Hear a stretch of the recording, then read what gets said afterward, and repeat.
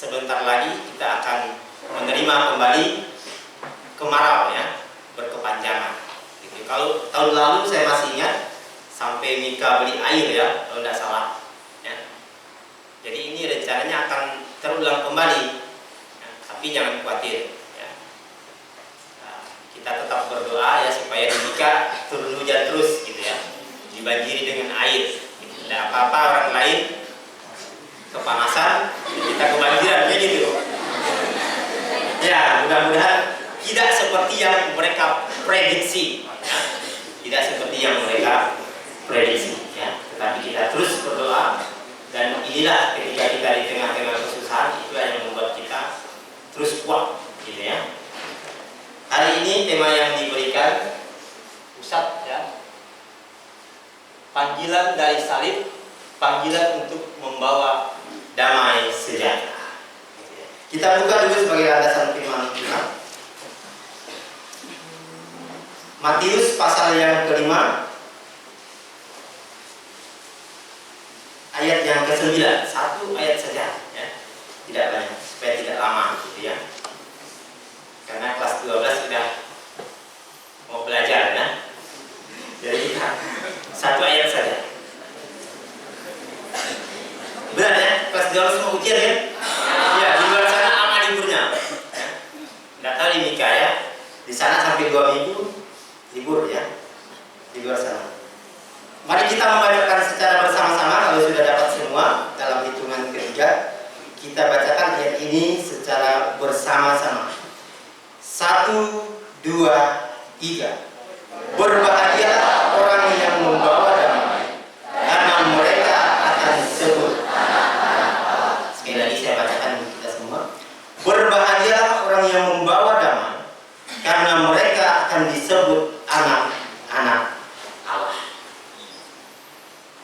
Tuhan Yesus menyampaikan ini salah satu khotbah di bukit ya. Tuhan Yesus sampaikan kepada orang banyak pada waktu itu. Secara umum dia sampaikan kepada orang banyak. Kemudian secara khusus dia sampaikan kepada murid-muridnya.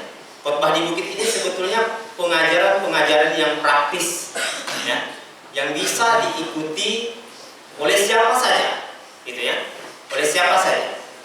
Termasuk ya kita semua. Gitu. Tetapi pengajaran ini banyak dilanggar oleh kebanyakan orang ya, mungkin termasuk kita. Itu ada di dalamnya. Hal yang praktis tetapi susah sekali dilakukan. Begitu ya. Makanya hal-hal praktis ini Tuhan Yesus kasih tahu kepada murid-muridnya supaya ketika Tuhan Yesus tidak ada lagi bersama-sama dengan mereka, mereka bisa menangkal segala macam persoalan hidup ya. Termasuklah kita sekarang ini. Maka kalau mau belajar lebih dalam, baca lagi nanti di rumah gitu ya, supaya apapun kesulitan kamu bisa bisa atasi. Panggilan untuk membawa damai ya. Mungkin hari-hari ini ya, atau bulan-bulan ini anak-anak tentu tahu ini bulan puasa ya. Mungkin ada juga kita yang melakukan puasa gitu ya. Tetapi teman-teman kita dari Muslim, ini ada bulan yang betul-betul mereka harus jalani dengan sebaik-baiknya gitu ya. Sehingga di televisi banyak tema-tema itu mengajarkan tentang kedamaian gitu ya. Damai itu indah, macam-macam lah. Damai itu baik, damai itu menyukakan, gitu. Hidup damai itu luar biasa. Gitu. Tema-tema itu selalu diangkat-angkat ya. Sekarang ini, bukan hanya sekarang sebetulnya, ya. Zaman-zaman dulu juga udah begitu ya. Jadi tidak ada orang yang pengen hidup kacau. Ya. Di lini apapun, di pekerjaan manapun. Ya. Orang kalau mau lamar pekerjaan dia cari tahu dulu, ini tempatnya di mana, ya. Kantornya sering apa nih, sering bertikai atau tidak bertikai. Apalagi sekarang di PT, gitu ya. Ngelamar di PT itu hati-hati, ya. PT itu selalu bertikai dengan masyarakat, gitu ya. Masalah pembagian mitra, gitu ya. Bagi ini, bagi itu, tidak nyampe ke masyarakat. Akhirnya apa? Masyarakat tahan lahannya yang bermitra dengan PT, gitu ya. Kemudian PT ngamuk, ya. PT tangkap, ternyata tidak bisa juga diproses. Kenapa? Karena masih mitra, sama-sama mau ngambil hasil hasil sawitnya. Itu. Nah, sehingga orang kalau mau lamar di PT, lihat dulu, ini PT-nya baik atau enggak, gitu ya. Jadi orang perlu kedamaian. Gitu. Di pendidikan juga begitu, ya. Makanya orang tua kamu cari pendidikan yang baik untuk kamu, gitu ya. Tempatnya yang baik untuk kamu, yang ada damai, sejahtera, gitu ya. Tidak seperti yang sering bertikai segala macam. Gitu. Maka orang sangat menyukakan ya yang namanya damai, menyukai yang namanya kedamaian. Ya. Di lini apapun. Ya. Di undang-undang kita juga, ya. Kalau kalian ingat, ya, ikut tertib dalam ini, ikut melaksanakan kedamaian dunia, gitu ya. Bahkan Badan PBB itu sengaja dibentuk supaya negara-negara itu hidup damai. Gitu. Padahal kalau kita pelajari ya dunia sekarang ini, kadang-kadang mereka yang bikin kekacauan, ya. Mereka biayain ini, negara ini, kamu perang ya, hancurkan ini, gitu ya. Akhirnya nanti negaranya pinjam uang, bangun lagi, gitu ya. Akhirnya utang terus. Ya, kalau kita pelajari begitu, ya. Jadi ada setelan dari mereka. Mereka mengajak damai tapi terbalik. Terbalik, selalu terbalik ya, apa yang mereka, tidak semua ya, tetapi ada hal-hal mereka kasih petani pupuk ya, tapi pupuk itu merusak tanah kita dalam jangka panjang ya. Kadang-kadang kita tidak tahu di situ. Nah, kedamaian itu kadang diabadikan melalui bermacam-macam ya, misalnya kayak desa ada di Bandung dulu. Kalau saya tidak salah ya, ada namanya Sukadamai. Ya, tidak tahu sejarahnya apakah di situ gangnya memang damai, tidak pernah ada perkelahian, gitu ya. Ada dulu di Bandung waktu saya di sana, ya. Kemudian di Kalimantan pun ada di Plasma 2. Kalau orang Plasma 2 mungkin tahu, ya. Ada namanya gang Cinta Damai, ya. Dulu ramai ya, waktu Bapak SMP di depan sana ramai dulu. Jadi sering main, memang ada kedamaian di situ, ya, karena hidup mereka sejahtera. Waktu itu, ya. Nah sekarang kampung itu kosong, ya. Sekarang ditumbuhi oleh semak belukar, ya. Jadi lahan sawit, gitu ya, tapi tidak juga dirawat. Saya pernah pergi ke sana beberapa bulan kemarin, gitu ya. Itu gang Cinta Damai. Mungkin mereka ya mengabarkan damai kepada orang-orang sehingga mereka pindah dari gang Cinta Damai itu mengabarkan damai. Termasuk mungkin ada di sini kayak gitu, ya. Nah, itu di mana tempatnya, Pak? Kalau kalian tahu rumahnya Pak Sepen, ya, rumah orang tuanya Pak Sepen, nah, ujung sana, masuk di sana, itu ada gang Cinta Damai yang masuk ke dalam sana. Itu. Maka gang Pak Sepen itu kemungkinan disebut ya gang Cinta Damai, simpang Cinta Damai. Ya, yang sekarang ada di Gusur tuh, nah, mungkin nanti itu ada damai-damainya juga, ya, mudah-mudahan, begitu ya. Di Tayan, ya, di Tayan itu ada satu tugu, ya, dulu orang Dayak kan garang, jadi sering berkelahi dengan orang Madura, gitu ya, saling sepak menyepak lah, gitu ya, tidak usah terlalu dalam. Ya. Waktu saya pergi ke sana ada satu tugu yang dibuat bagus sekali. Bagus, mungkin harganya kalau diuangkan bisa jutaan, gitu ya. Buat tugu, namanya Tugu Perdamaian antara Dayak dan Madura. Ya. Itu diabadikan, ya, ada di Tayan. Di Sampit juga begitu, ya, di Kalteng. Di Kalteng itu tidak tahu lagi harganya berapa, gitu. Mungkin miliaran proyeknya. Ada namanya Tugu Perdamaian Dayak dan Madura juga di sana, Kalteng. Itu artinya kedamaian itu begitu pentingnya, anak-anak, bapak ibu. Ya, maka demikian kan tidak pernah kita dengar cekcok, gitu kan? Tidak pernah kan? Yang di dalam pasti pernah, kalau bapak dengarnya tidak pernah. Gitu. Nah, oleh sebab itu ya, ini pengajaran yang sangat penting Tuhan Yesus ajarkan kepada murid-muridnya pada waktu itu, ya, tentang bagaimana anak-anak Tuhan itu membawa damai sejahtera. dimanapun kita berada, gitu ya. Bukan bawa kececokan, gitu ya, percecokan, jadi biang keladi, ya. Pokok jadi biangnya kejahatan, gitu ya, biang keroknya tentang kejahatan. Gitu. Baru-baru ini kan ada berita, ya, ada seorang anak muda yang katanya ngobat, ya, kemudian dia bunuh orang, ya, masih ramai itu di daerah kami sana, ya, daerah sana. Kadang-kadang saya malu menyebutkan saya orang sana, gitu ya, karena apa-apa pembunuhan, apa-apa, aduh, ya, gitu. Malu rasanya mau bilang saya orang daerah situ tuh, gitu. Maka kalau orang tanya saya, bapak dari daerah mana? Pokok arah Ponti. Biar aman, biar aman. Ya betul, biar aman. Karena apa-apa daerah kita itu terkenal dengan apa? Perkelahian lah, biang keladi, biang kerok, apalagi biang keringat, gitu. Aduh, malu juga kita. Ya. Jadi anak-anak Tuhan jangan sampai kehidupannya tidak membawa damai, ya. Tetapi jadi pemicu, jadi faktor penyebab kejahatan. Gitu. Tuhan Yesus tidak mau. Maka Tuhan Yesus selalu dia mengajarkan murid-muridnya tentang apa? Kasih, ya. Tentang kasih. Kasih itu yang lebih ekstrimnya, ya, kita mengasihi musuh. Kalau mengasihi teman, mengasihi keluarga itu gampang, ya. Tapi mengasihi musuh itu luar biasa susahnya. Gitu. Tetapi itu yang Tuhan Yesus ajarkan kepada kita. Gitu. Kita gampang mengasihi teman kita yang baik pada kita. Tetapi musuh kita, ya, sukar sekali kita kasih. Gitu. Maka di sini jangan ada permusuhan, gitu, antara siswa dengan siswa, gitu, kan. Kalau guru udah aman lah, tidak mungkin ada permusuhan, kan gitu.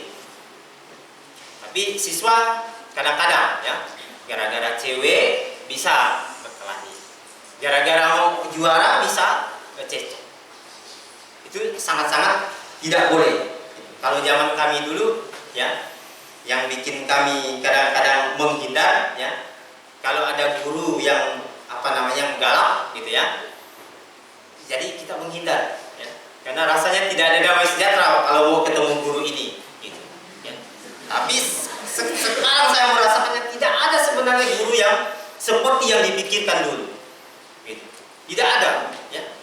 Guru itu hanya mau supaya kalau kita salah dia mau tegur kita, karena di sini motonya kan guruku temanku, gitu. Teman itu harus mengasihi murid-muridnya. Kalau dia salah ya mesti ditegur, gitu. Jangan dibiarin. Kalau di luar sana yang penting dapat gaji, dah. Kalau di sini tidak, ya. Di sini tidak. Kalau kamu salah, kamu pasti ditegur. Gitu. Kami pernah ketahuan bawa HP. Teman saya yang bawa HP, saya nggak punya HP, ya. Teman saya yang bawa HP, yang gemetaran saya, gitu ya. Dapat lagi kena guru yang kami anggap garang lah, begitu. Ya. Saya gemetaran, gitu. Tapi sekarang saya baru sadar, gitu ya. Maka anak-anak jangan sekali-kali kalian bawa HP kalau mau damai sejahtera, gitu ya. Karena guru-guru itu udah tahu kemana kamu simpannya, gitu ya. Maka saya waktu jadi wali asrama gampang sekali nangkap HP anak-anak kelas 3 SMP, ya, yang dibawa di asrama, gampang, ya. Gitu. Di mana nyimpannya nggak tahu, gitu, karena ada punya pengalaman teman-teman bukan saya, gitu ya, teman-teman dulu yang suka bawa. Nah, oleh sebab itu, ya, Tuhan Yesus itu mengajarkan kasih, ya. Dia tidak mau ada percecokan, dia tidak mau orang itu tidak ada damai sejahtera, ya.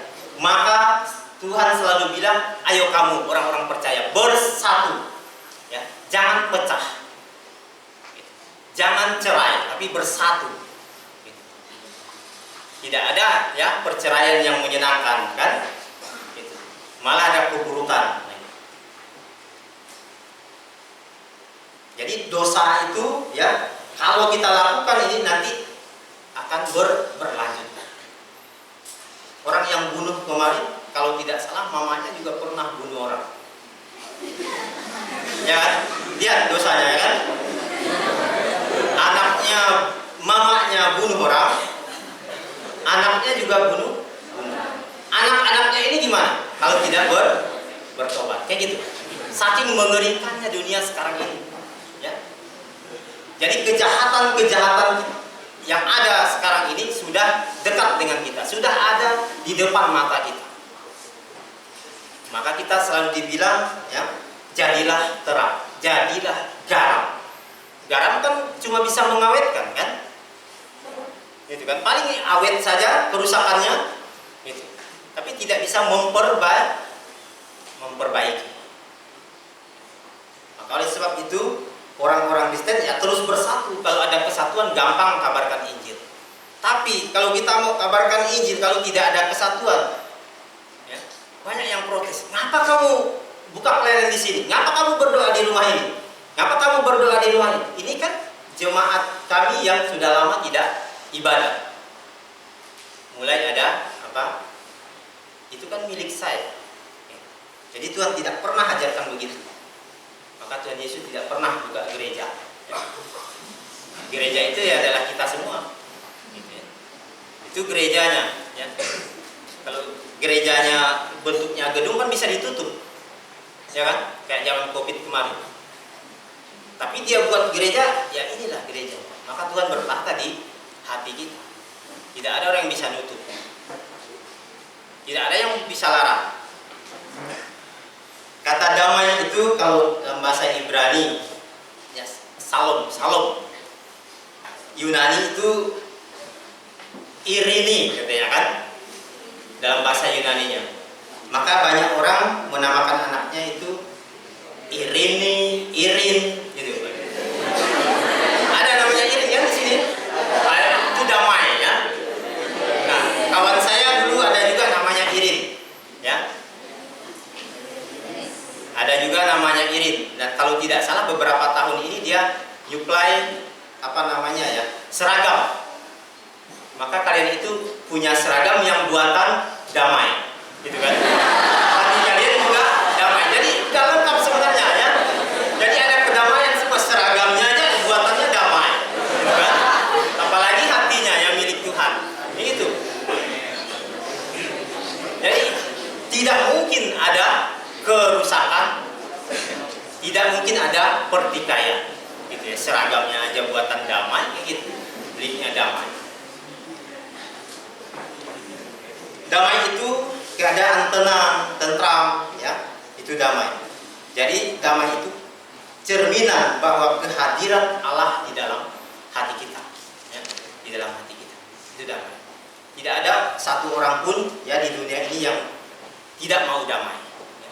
Tidak ada, kecuali dia miliknya si iblis. Damai itu dianugerahkan, diberikan oleh Tuhan kepada kita, ya. Maka Yohanes 14 ayat 27 dikatakan demikian, damai sejahteraku kuberikan kepadamu, ya. Jadi dikasih cuma-cuma ke kita.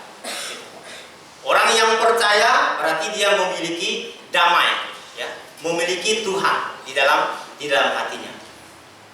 Kalau orang pada umumnya dia hanya mau damai, kan, situasinya cuma mau damai. Tetapi kita diberikan di dalam hati kita, itu yang luar biasanya. Maka Tuhan bilang, apa yang kuberikan tidak sama seperti yang dunia berikan.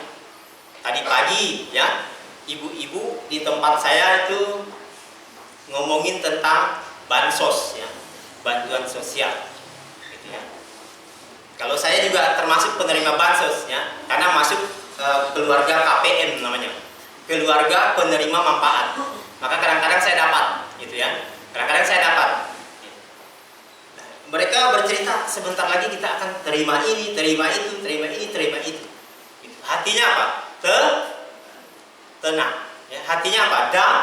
Damai kalau terima. Nanti kalau sudah habis, mulai lagi. Maka Tuhan bilang, Tuhan nggak mau kasih yang seperti dunia kasih, ya. Tapi Dia kasih apa? Damai sejahtera. Ya. Itu ada di dalam hati kita. Dia kasih damai kepada kita. Dia tidak kasih hal-hal yang seperti yang dunia janjikan, seperti yang ibu-ibu cerita. Karena itu kalau habis membuat kita mulai lagi gelisah, ya. Kalau udah gelisah, ya mulai tidak damai, gitu, ya. Tapi ya dikatakan dunia berikan, jangan gelisah dan gentar hatimu. Ya. Anak-anak kelas 12 ya yakinlah kamu pasti lulus gitu ya. Itu kalau kamu gelisah ya makin tak lulus. Bapak juga dulu di sini hampir juga tidak lulus. Ya. Karena dulu sistemnya itu lain gitu ya. Kalau satu mata pelajaran itu kurang dari 4 ya, atau kurang dari 5 bisa tak lulus ya. Nilai yang namanya geografi dulu nilainya kalau tidak salah kurang dari 5 ya, sehingga hampir tidak lulus ya. Tetapi diluluskan juga. Kalau sekarang kan guru yang menentukan kalau kamu baik dengan guru ya, ya kan begitu. Ada orang dalam gitu, pakai orang dalam sekarang ini gampang ya. Jadi tidak usah juga dianggap sulit gitu. Makanya baik-baiklah dengan guru. Kayak sekarang kelas 7 ya. Dari sekarang jangan banyak pelanggaran gitu ya. Walaupun kamu tidak pintar-pintar amat, yakinlah guru kasihan. Ya kan? Kita ini kan tidak ada lebihnya, tidak ada kurangnya di mata Tuhan. Kita sama gitu ya. Kita sama di mata Tuhan. Yang satu ada kelebihannya, yang satu ada kekurangan, saling menutupi itu harusnya ya. Makanya ujian itu harusnya saling membantu. Kalau bisa, itu tidak bisa ya. Kan Tuhan bilang kan, saling membantulah kamu. Tapi dunia pendidikan tidak begitu ya.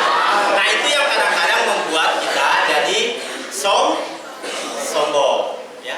Sistem itu yang belum bisa kita ubah ya. Belum bisa kita ubah sampai sekarang. Kenapa ujian harus sendiri-sendiri? Kenapa teman yang ahli tidak bisa bantu? Kayak gitu. Harusnya kan bisa bantu kan? Gitu. Dia kan ahli, bantulah kawannya yang tidak ahli kan gitu. Itu kan paling banyak di atas. Itu yang kita belum bisa ubah.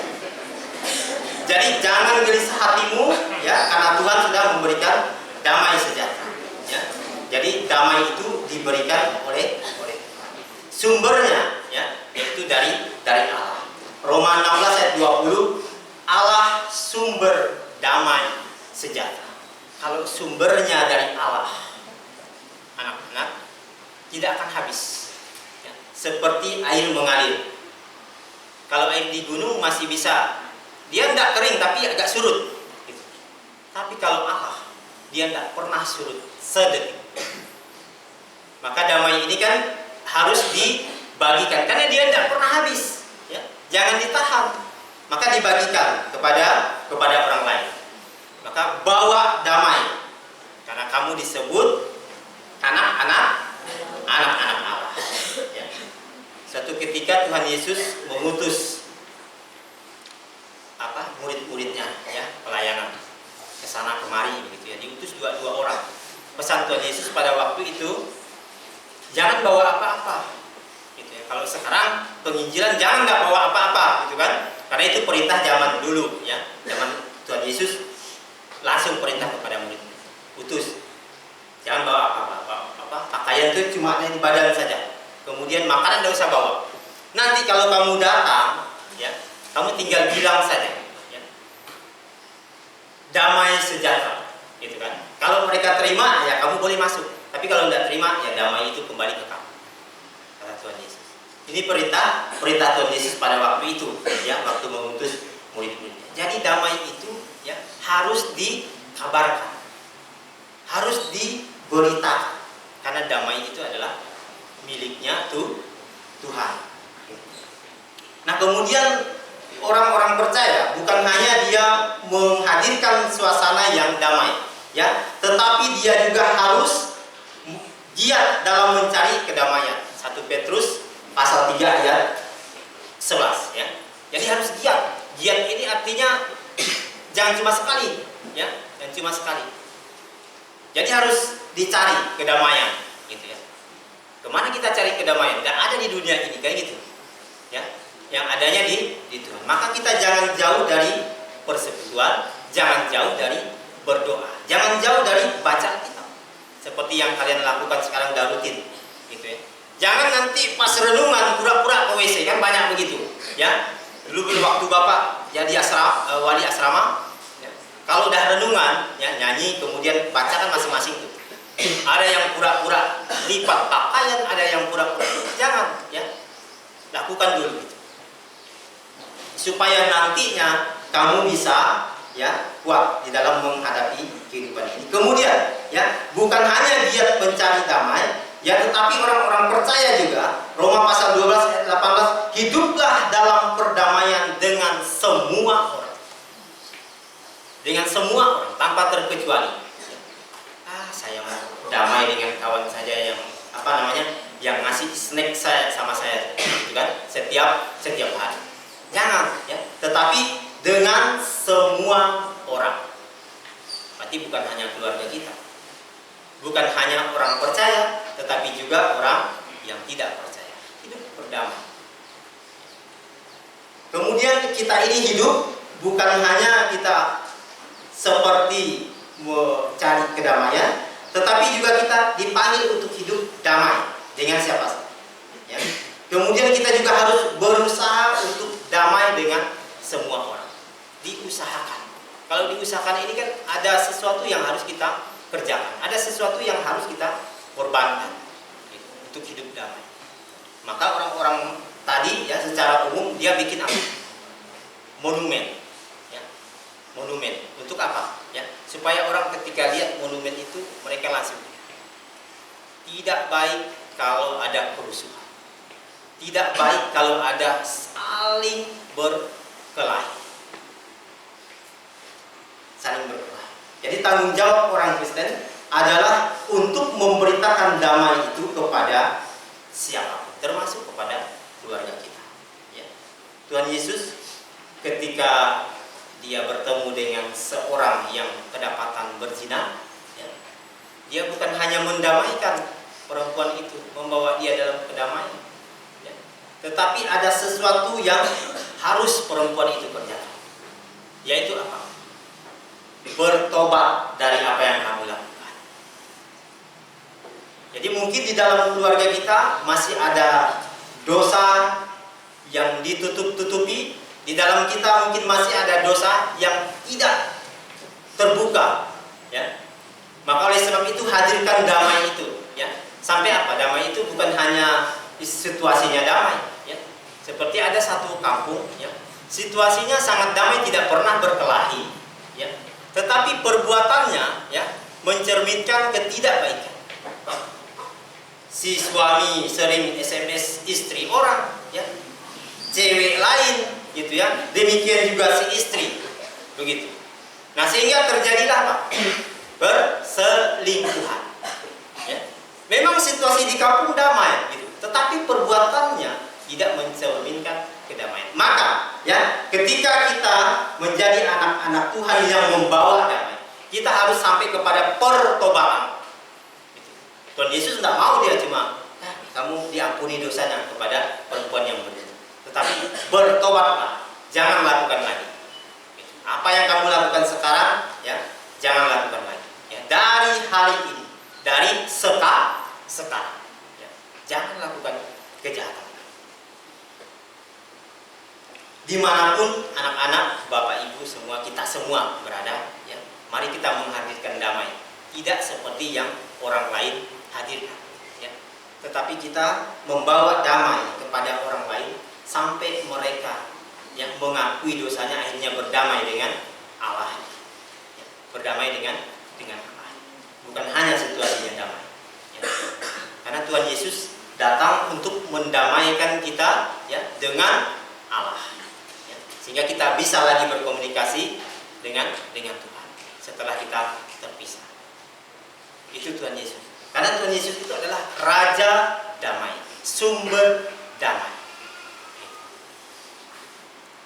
Oleh sebab itu, yang menjadi tanggung jawab kita, ya, bukan hanya kita memberitakan kepada keluarga kita, tetapi kepada orang lain juga, ya. Bukan hanya menghadirkan damai itu saja, tetapi membuat orang bertobat, ya. Orang yang ketemu kita mudah-mudahan dia bisa bertobat, ya. Oleh sebab itu, maka kita harus berdamai dulu kita dengan Tuhan kita. Jangan kita anggap remeh kita, gitu kan. Jadi kita harus berdamai dulu. Apa kelemahan kita, kita terima. Ya, apa kekurangan kita, kita terima. Karena ada maksud Tuhan, ya, ketika menghadirkan kita di dalam dunia ini. Ya. Banyak orang yang lahir tidak sempurna, tetapi melayani Tuhan luar biasa. Kenapa? Karena dia sudah berdamai dengan Allah. Dia tidak mempersalahkan Allah ketika dia hadir dalam keadaan yang tidak sempurna. Nah, oleh sebab itu bukan hanya kita berdamai dengan Allah, tetapi harus kita juga berdamai dengan diri sendiri. Ya. Aduh, saya ini gini. Tidak boleh, ya. Jadi kita ini miliknya Tuhan. Ya. Oleh karena itu, ya, ketika kita sudah berdamai dengan diri kita sendiri, maka kita juga bisa berdamai dengan orang lain. Kemudian bisa mendamaikan orang lain sama orang lain. Maka kita tuntun orang yang tidak percaya, ya, untuk menerima damai itu sampai dia berdamai dengan Allahnya. Kemudian dia bisa berdamai dengan orang lain. Dan juga bisa mendamaikan orang lain dengan. Tugas yang tidak mudah untuk kita, ya, membawa damai kepada semua orang. Karena damai yang kita bawa bukan hanya situasinya yang damai, tetapi sampai kepada arah orang itu mengakui bahwa Tuhan itu juru selamat, bahwa Tuhan itu adalah pengampun, bahwa Tuhan itu adalah mampu menyelamatkan dia. Mari kita berdoa.